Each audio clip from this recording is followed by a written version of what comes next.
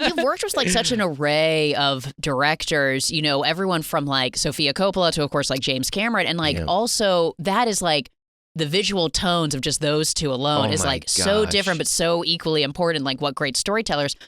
But I also think of her like, yes, very much kind of a more sort of stylized, almost 70s feel, whereas like James Cameron's like creating technology to make better cameras to film something. You know what I mean? So you've probably done it all. Incredible. Yeah.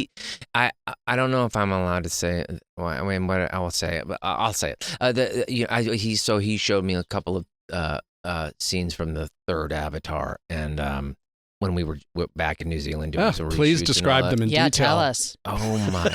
It's just truly, it's like it's such an evolution, but you know, it's all part of the same universe and technological, filmmaking universe.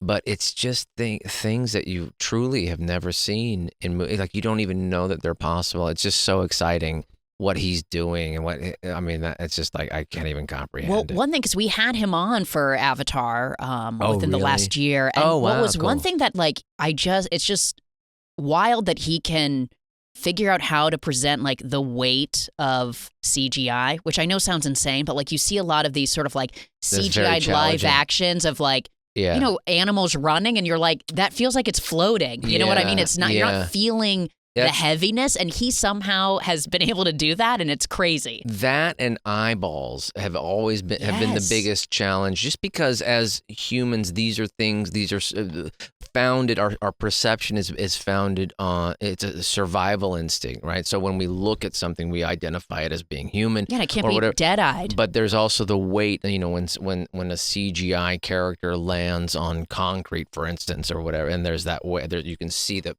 moment. If you were to film it in slow motion, like 1,000 frames per second, you'd see yes, you know, the but jiggling it's like, of the cheeks. Yeah, and yet, exactly. Things look like clip art. Like now, when you look at stuff compared to an Avatar, you're like, oh my god, it's night and day. Yeah, right, exactly. It's wild.